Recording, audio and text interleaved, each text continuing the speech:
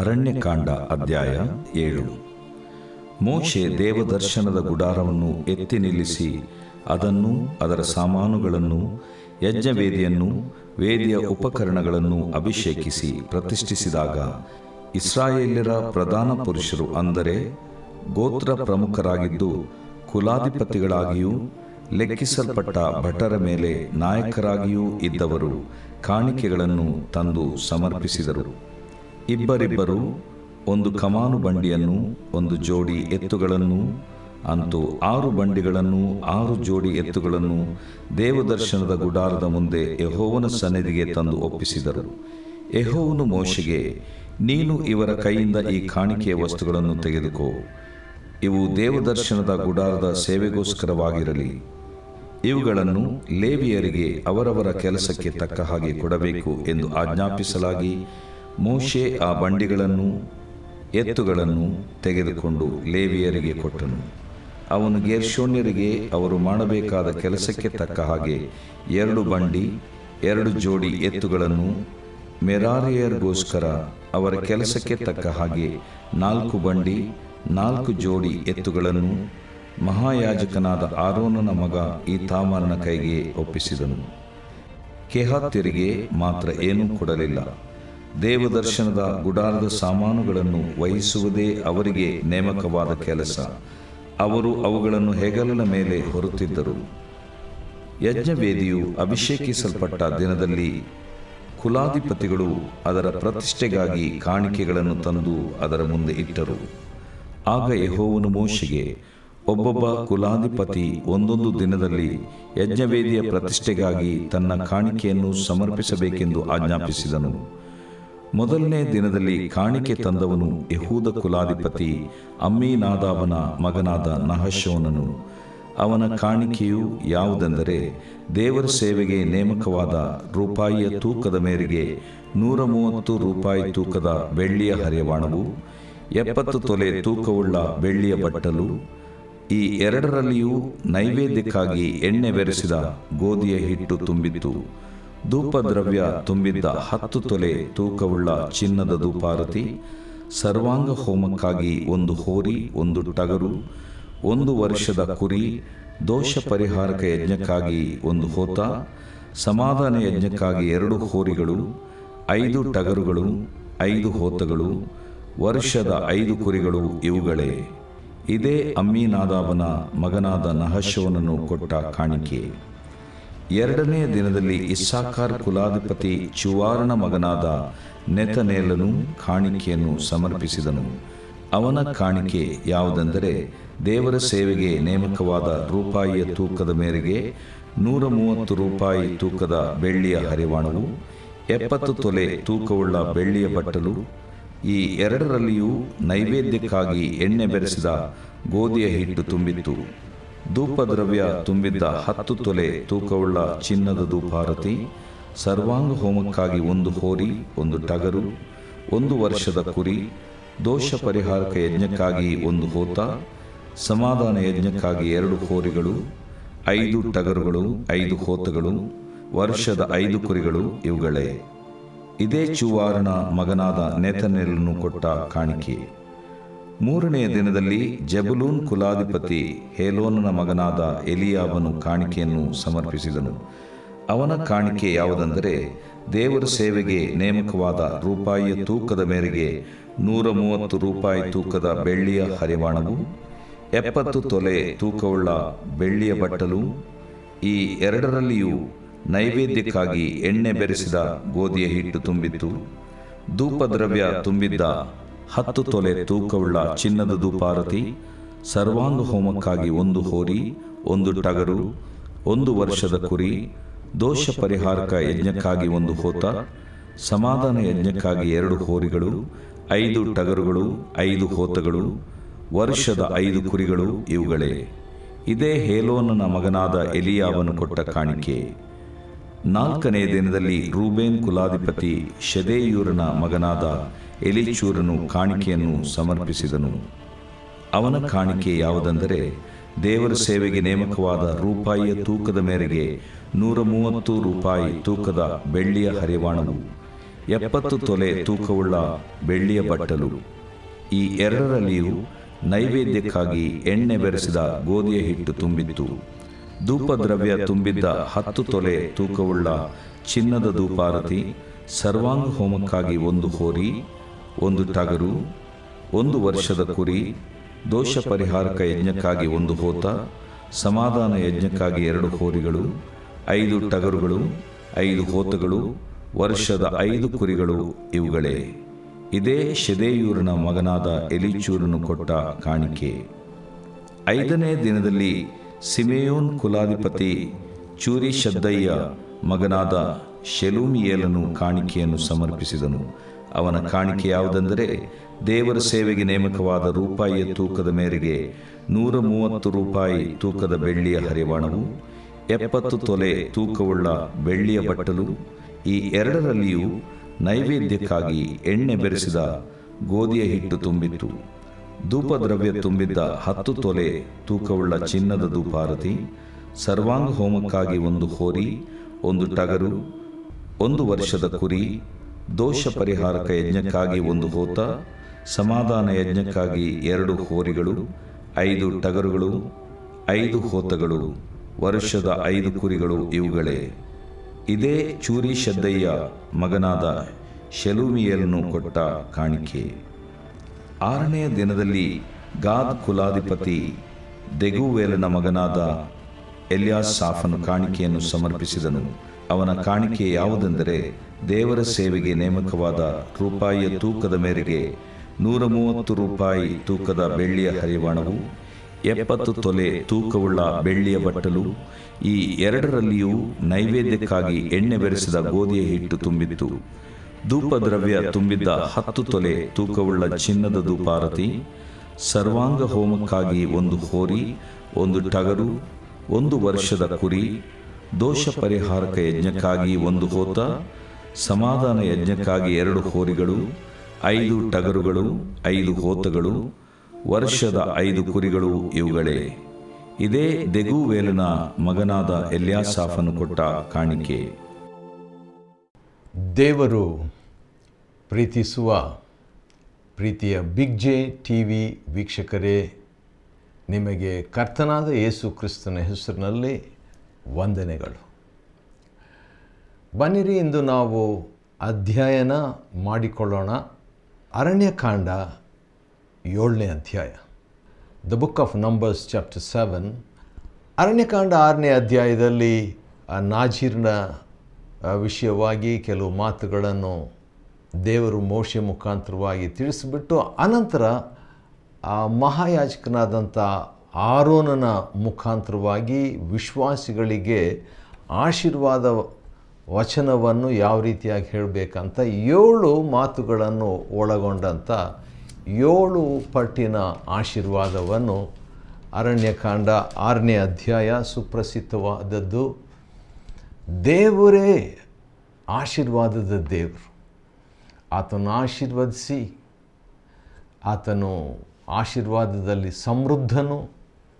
ಮೊಟ್ಟ ಮೊದಲನೇದಾಗಿ ದೇವರು ಆಶೀರ್ವದಿಸಿದ್ದು ಯಾರನ್ನು ಎಂಬುದಾಗಿ ನೋಡುವಾಗ ಆದಿಕಾಂಡ 1ನೇ ಅಧ್ಯಾಯದಲ್ಲಿ 22-23 ವಚನಗಳಲ್ಲಿ ಮೀನನ್ನು ದೇವರು ಆಶೀರ್ವದಿಸಿದನು, ಪಕ್ಷಿಗಳನ್ನು ದೇವರು ಆಶೀರ್ವದಿಸಿದನು ಎಂಬುದಾಗಿ ನೋಡ್ತೇವೆ. ಇಲ್ಲಿ ಕೂಡ ದೇವರು ಆಶೀರ್ವಾದ ಕೊಡುವಂಥದ್ರ ಬಗ್ಗೆ ದೇವಜನರಿಗೆ ಆತನು ಹೇಳ್ತಾನೆ. ಆದಾಮ್ ಹವ್ವರನ್ನು ಆಶೀರ್ವದಿಸಿದನು, ಆಶೀರ್ವದಿಸಿ ಕಾಪಾಡಲಿ. ದೇವರು ಕಾಪಾಡುವುದು ಆಶೀರ್ವಾದ. ಆಕಸ್ಮಿಕವಾಗಿ ಅಪಘಾತದಿಂದ ದೇವರು ಕಾಪಾಡುವಾಗ ಅದು ಏನೋ ಒಂದು ಅಕಸ್ಮಾತ್ ಎಂಬುದಾಗಿ ತಿಳ್ಕೊಂಡು ಅದನ್ನು ಹಗುರವಾಗಿ ಭಾವಿಸದೆ ದೇವರ ಆಶೀರ್ವಾದ ಅದು. ಕಾಪಾಡಲ್ಪಡುವಂಥದ್ದು ದೇವರ ಆಶೀರ್ವಾದ ಅಂತ ತಿಳ್ಕೊಳ್ತಕ್ಕದ್ದು. ಸರಿ, ಅರಣ್ಯಕಾಂಡ 7ನೇ ಅಧ್ಯಾಯದಲ್ಲಿ ನಾವು ನೋಡುವಾಗ ಇದು ಭಾಳ ದೊಡ್ಡ ಒಂದು ಅಧ್ಯಾಯ. ಯಾಕಂತೇಳಿದರೆ ಇದರಲ್ಲಿ ಎಷ್ಟು ವಚನಗಳಿದೆ ಅಂದರೆ 89 ವಚನಗಳು, 89 ವರ್ಸಸ್. 7ನೇ ಅಧ್ಯಾಯದಲ್ಲಿ 89 ವಚನಗಳಿದೆ. ಆದ ಕಾರಣ ಇದನ್ನು 2 ಭಾಗವನ್ನಾಗಿ ನಾವು ಮಾಡಿ ಅಧ್ಯಯನ ಮಾಡಿಕೊಳ್ಳೋಣ್ರಿ. ಅರಣ್ಯಕಾಂಡ 7ನೇ ಅಧ್ಯಾಯ 1ರಿಂದ ನಾವು 47 ವಚನಗಳನ್ನು ಮೊದಲನೇ ಭಾಗವನ್ನಾಗಿಯೂ ಮತ್ತು 48ರಿಂದ 89ನೇ ವಚನದವರೆಗೆ 2ನೇ ಭಾಗವನ್ನಾಗಿ ವಿಭಾಗಿಸಿ ಅಧ್ಯಯನ ನಮ್ಮ ಅನುಕೂಲಕ್ಕಾಗಿ ನಾವು ಮಾಡಿಕೊಳ್ಳೋಣ್ರಿ. ಯಾಕಂದರೆ ಈ ವಚನಗಳು ಒರಿಜಿನಲ್ ಬೈಬಲ್ನಲ್ಲಿ ಅಥವಾ ಮೂಲ ಭಾಷೆಗಳಲ್ಲಿ ಹೀಬ್ರೂ ಭಾಷೆಯಲ್ಲಿ ಈ ವಚನಗಳು ಇರಲಿಲ್ಲ. ಅನಂತರ ಪಂಡಿತರು ಈ ವಚನಗಳನ್ನು ಬೈಬಲಲ್ಲಿ ಅಧ್ಯಾಯಗಳನ್ನು ವಚನಗಳನ್ನು ವಿಭಾಗಿಸಿ ತಂದರು. ಆದ್ದರಿಂದ ನಾವು ಈ ವಚನಗಳು ಅನುಕೂಲ 1ರಿಂದ 47 ವಚನ, ಅರಣ್ಯಕಾಂಡ 7ನೇ ಅಧ್ಯಾಯ 1ರಿಂದ 47 ವಚನಗಳು. The Book of Numbers chapter 7 1 to 47. ಇದರಲ್ಲಿ ದೇವದರ್ಶನ ಗುಡಾರದ ಮತ್ತು ಲೇವಿಯರ ಪ್ರತಿಷ್ಠೆಯ ಕುರಿತಾಗಿ ಬರೆದಿದೆ. ದೇವದರ್ಶನ ಗುಡಾರದ ಒಂದು ಪ್ರತಿಷ್ಠೆ ಈಗಾಗಲೇ ನಾವು ನೋಡಿದ್ದೇವೆ. ಎಲ್ಲಿ ವಿಮೋಚನ ಕಾಂಡದಲ್ಲಿ ಅದನ್ನು ಸ್ವಲ್ಪ ಮಟ್ಟಿಗೆ ನೋಡಿದ್ದೇವೆ ಮತ್ತು ಈ ಯಾಜಕಕಾಂಡದಲ್ಲಿ ಅದನ್ನು ನಾವು ನೋಡಿದ್ದೇವೆ. ಇಲ್ಲಿ ಕೂಡ ನಾವು ನೋಡುವಾಗ ದೇವದರ್ಶನ ಗುಡಾರದ ಒಂದು ಪ್ರತಿಷ್ಠೆ ಮಾಡುವಾಗ ಮೋಶೆ ದೇವದರ್ಶನ ಗುಡಾರವನ್ನು ಎತ್ತಿ ನಿಲ್ಲಿಸಿ ಅದನ್ನು ಅದರ ಸಾಮಾನುಗಳನ್ನು ಯಜ್ಞವೇದಿಯನ್ನು ವೇದಿಯ ಉಪಕರಣಗಳನ್ನು ಅಭಿಷೇಕಿಸಿ ಪ್ರತಿಷ್ಠಿಸಿದಾಗ ಇಸ್ರಾಯೇಲರ ಪ್ರಧಾನ ಪುರುಷರ ಅಂದರೆ ಗೋತ್ರ ಪ್ರಮುಖರಾಗಿದ್ದಂಥ ಕುಲಾಧಿಪತಿಗಳು ಒಬ್ಬೊಬ್ಬರಾಗಿ ಬಂದು ಅದರಲ್ಲಿ ನಾಯಕರಾಗಿರುವಂಥವ್ರು. ಇದು ಭಾಳ ಶ್ಲಾಘ್ಯವಾದದ್ದು, ಗಮನಾರ್ಹವಾದದ್ದು ಮತ್ತು ಪ್ರಾಮುಖ್ಯವಾದದ್ದು. ಯಾಕಂತೇಳಿದರೆ ನಾಯಕರು ಬಂದು ಕಾಣಿಕೆಗಳನ್ನು ತಂದು ಸಮರ್ಪಿಸಿದರು. ಇಡೀ ಅಧ್ಯಾಯದಲ್ಲಿ ನಾಯಕರು ಕಾಣಿಕೆಗಳನ್ನು ಸಮರ್ಪಿಸಿದರು ಎಂಬ ವಿಷಯವನ್ನು ಸುಮಾರು 12 ಬಾರಿ ಇದರಲ್ಲಿ ಹೇಳಲಾಗಿದೆ. 12 ಸಾರಿ. ಯಾಕೆ ಅಂತ ಹೇಳಿದರೆ 12 ಗೋತ್ರ ಪುರುಷರಿದ್ರಲ್ಲ, ಅವರು ಬಂದು ಒಂದು ಗೋತ್ರಕ್ಕೆ ಅನುಸಾರವಾಗಿ ಅವರು ಕಾಣಿಕೆಗಳನ್ನು ದೇವರಿಗೆ ಸಮರ್ಪಿಸಿದರು.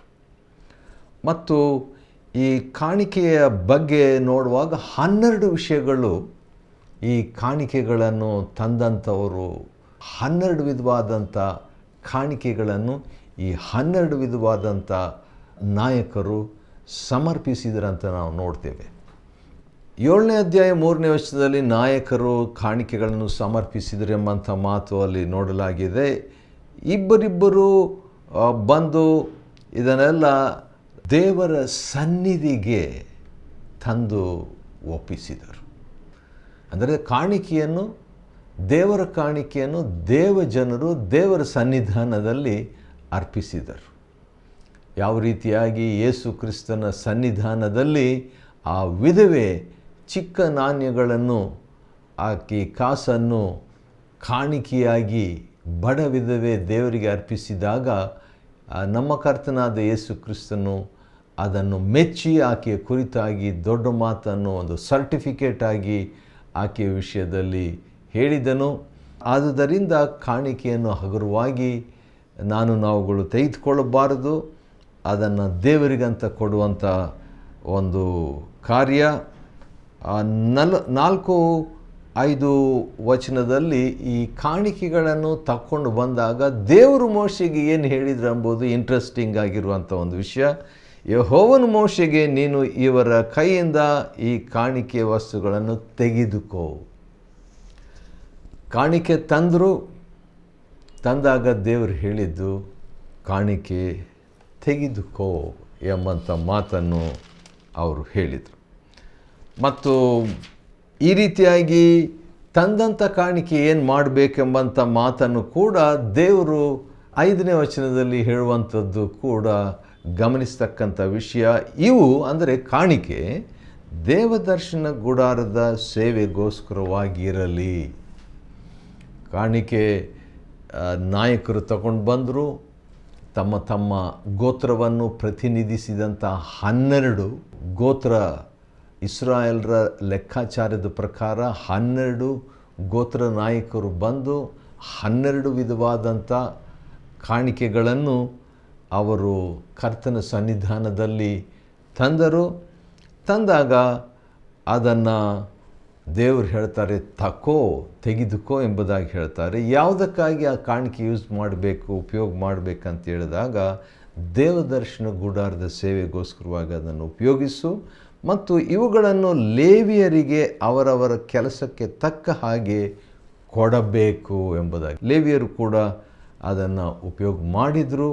ಇದನ್ನು ದೇವರು ಆಜ್ಞೆಯಾಗಿ ಮೋಶೆ ಮುಖಾಂತರವಾಗಿ ಕೊಟ್ಟಾಗ ಮೋಶೆ ಏನು ಮಾಡಿದರು, ಮೋಶೆ ಆ ಬಂಡಿಗಳನ್ನು ಎತ್ತುಗಳನ್ನು ತೆಗೆದುಕೊಂಡು ಲೇವಿಯರಿಗೆ ಕೊಟ್ಟನು ಎಂದು 6ನೇ ವಚನದಲ್ಲಿ ನಾವು ನೋಡ್ತೇವೆ.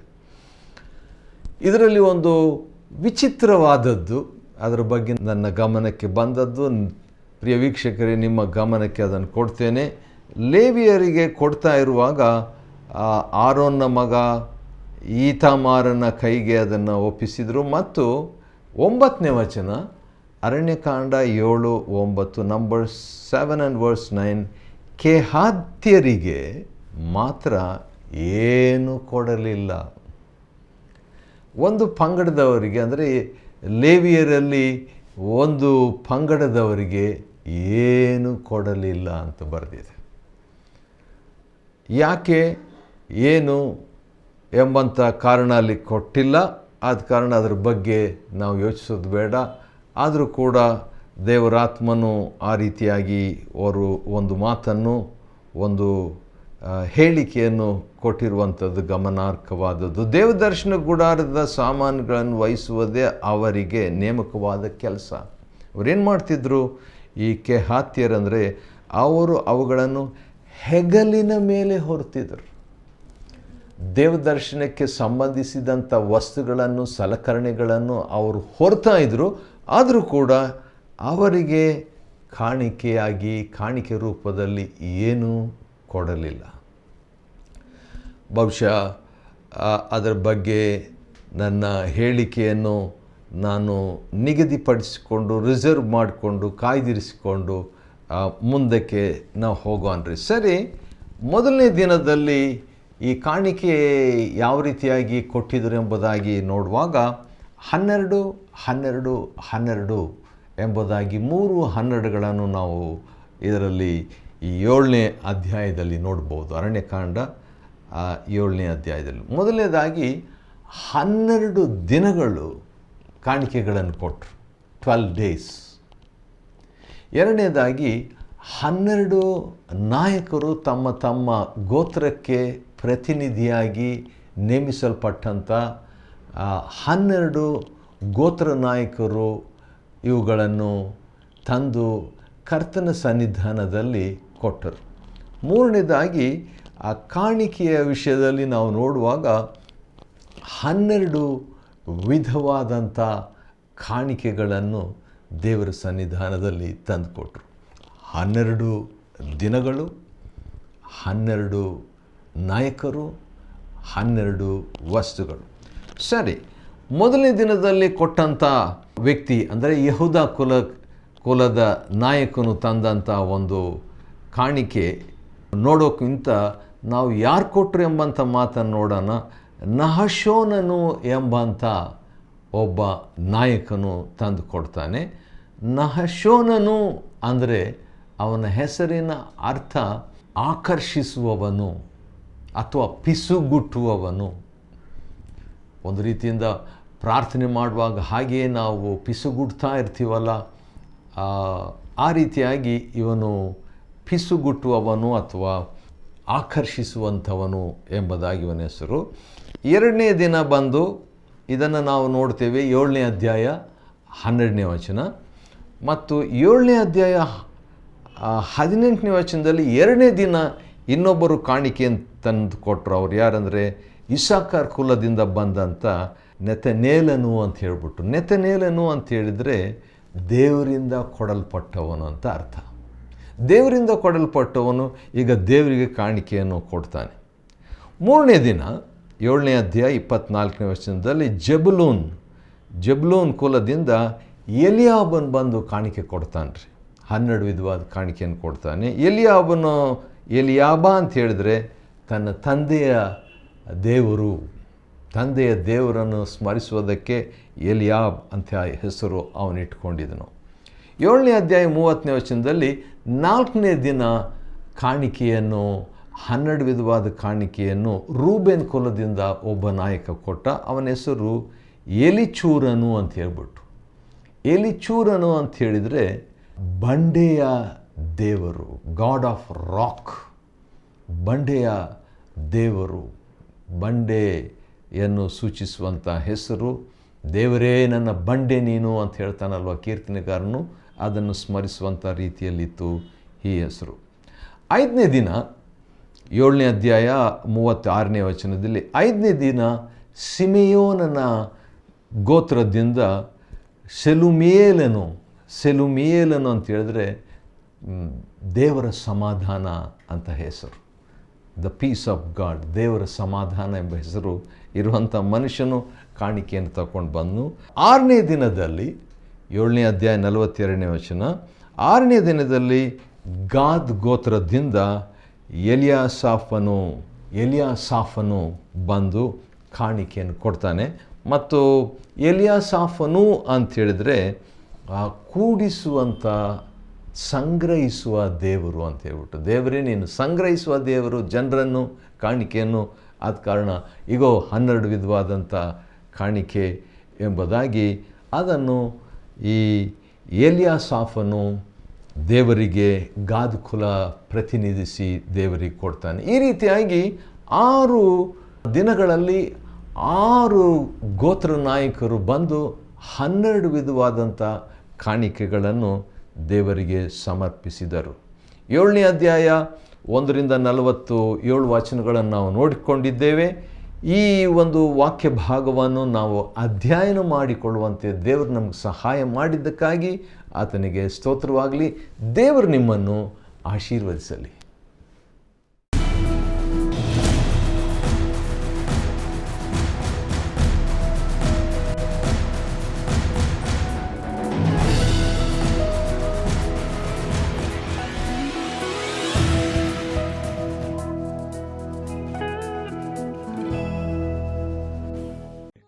Chapter 7.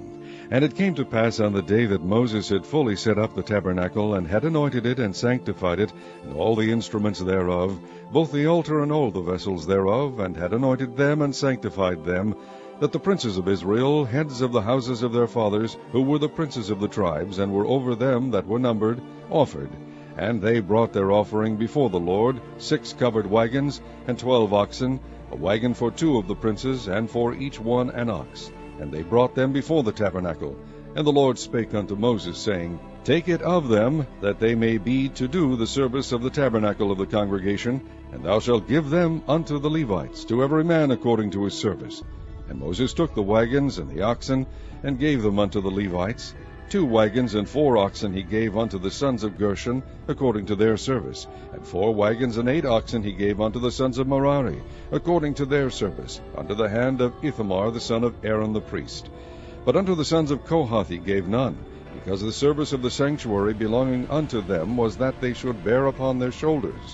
And the princes offered for dedicating of the altar in the day that it was anointed, even the princes offered their offering before the altar.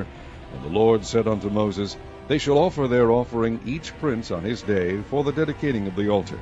And he that offered his offering the first day was Nahshon, the son of Amminadab of the tribe of Judah.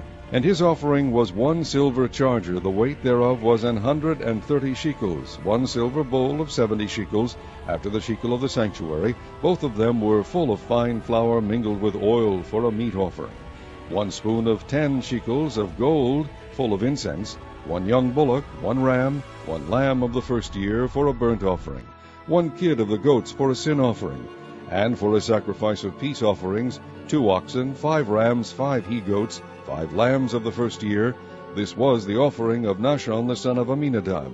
On the second day Nathaniel, the son of Zuar, prince of Issachar, did offer. He offered for his offering 1 silver charger, the weight whereof was 130 shekels, 1 silver bowl of 70 shekels, after the shekel of the sanctuary, both of them full of fine flour mingled with oil for a meat offering, 1 spoon of gold of 10 shekels full of incense, 1 young bullock, 1 ram, 1 lamb of the first year for a burnt offering, 1 kid of the goats for a sin offering, and for a sacrifice of peace offerings 2 oxen, 5 rams, 5 he-goats, 5 lambs of the first year. This was the offering of Nathaniel, the son of Zuar. On the 3rd day, Eliab, the son of Helon, prince of the children of Zebulun, did offer. His offering was 1 silver charger, the weight whereof was 130 shekels, 1 silver bowl of 70 shekels, after the shekel of the sanctuary, both of them full of fine flour mingled with oil, for a meat offering, 1 gold spoon of 10 shekels full of incense, 1 young bullock, 1 ram, 1 lamb of the first year for a burnt offering, 1 kid of the goats for a sin offering, and for a sacrifice of peace offerings 2 oxen, 5 rams, 5 he-goats, 5 lambs of the first year. This was the offering of Eliab, the son of Helon. On the 4th day, Elizur, the son of Shedeur, prince of the children of Reuben, did offer. His offering was 1 silver charger of the weight of 130 shekels, 1 silver bowl of 70 shekels, after the shekel of the sanctuary, both of them full of fine flour mingled with oil for a meat offering, 1 golden spoon of 10 shekels full of incense, 1 young bullock, 1 ram, 1 lamb of the first year for a burnt offering, 1 kid of the goats for a sin offering, and for a sacrifice of peace offerings 2 oxen, 5 rams, 5 he-goats, 5 lambs of the first year. This was the offering of Eleazar, the son of Shedeur. On the 5th day, Shelumiel, the son of Zerushadai, prince of the children of Simeon, did offer. His offering was 1 silver charger, the weight whereof was 130 shekels, 1 silver bowl of 70 shekels, after the shekel of the sanctuary, both of them full of fine flour mingled with oil for a meat offering, 1 golden spoon of 10 shekels full of incense, 1 young bullock, 1 ram, 1 lamb of the first year for a burnt offering, 1 kid of the goats for a sin offering, and for a sacrifice of peace offerings 2 oxen, 5 rams, 5 he-goats, 5 lambs of the first year. This was the offering of Shelumiel, the son of Zurishadai. On the 6th day, Eliasaph, the son of Deuel, prince of the children of Gad, offered.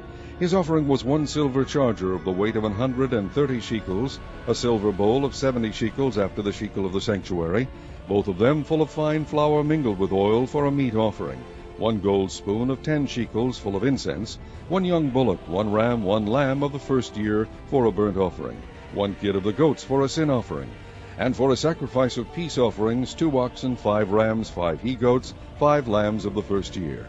This was the offering of Eliasaph, the son of Deuel.